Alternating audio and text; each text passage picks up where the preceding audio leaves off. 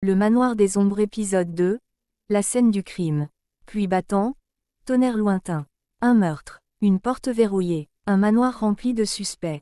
Victor Belmont est mort, et quelque part, le coupable se cache encore. La question est simple, qui? Un bruit sourd, comme un corps tombant, puis un cri strident. Coupe brusque, un silence pesant, le tic-tac d'une horloge, la pluie contre la fenêtre. Alice Morel est accroupie près du corps de Victor Belmont, observant attentivement les détails. Inspecteur Berthier, exaspéré. Morel, vous êtes détective, pas médecin légiste. Laissez la police faire son travail.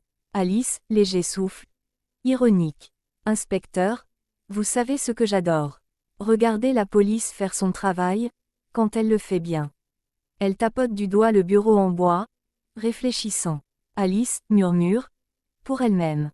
Une porte verrouillée, un verre de vin renversé, pas de traces de lutte, ça ne colle pas.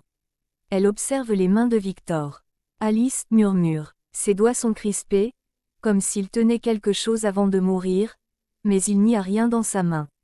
Elle jette un œil aux alentours. Puis, elle lève les yeux vers Clémence Dufresne, qui regarde la scène de loin. Alice, ton intrigant, s'adressant à Clémence. Dites-moi, Clémence, vous avez servi le vin à Monsieur Belmont ce soir. Clémence, hésitante.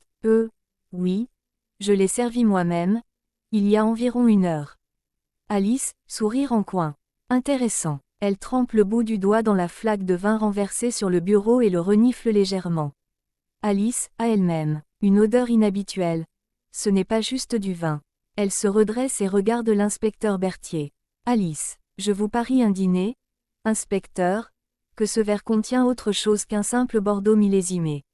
Silence. L'atmosphère devient plus pesante. Bruit de pas feutrés. Alice marche dans le couloir sombre, poursuivie par Léon Dupont, le majordome. Léon Dupont, à voix basse. Mademoiselle Morel, je peux vous parler 1 seconde. Alice, sourire, sans se retourner. Si c'est pour me dire que vous n'êtes pas coupable, vous perdez votre temps. Léon, grave, insistant. Ce que je veux dire, c'est que Monsieur Belmont avait peur ces derniers jours. Il a reçu une lettre, qu'il a brûlée immédiatement. Alice s'arrête net. Alice, intéressée. Une lettre? Dites-vous. Léon, voix basse, pressé. Je ne l'ai pas lue, mais il n'était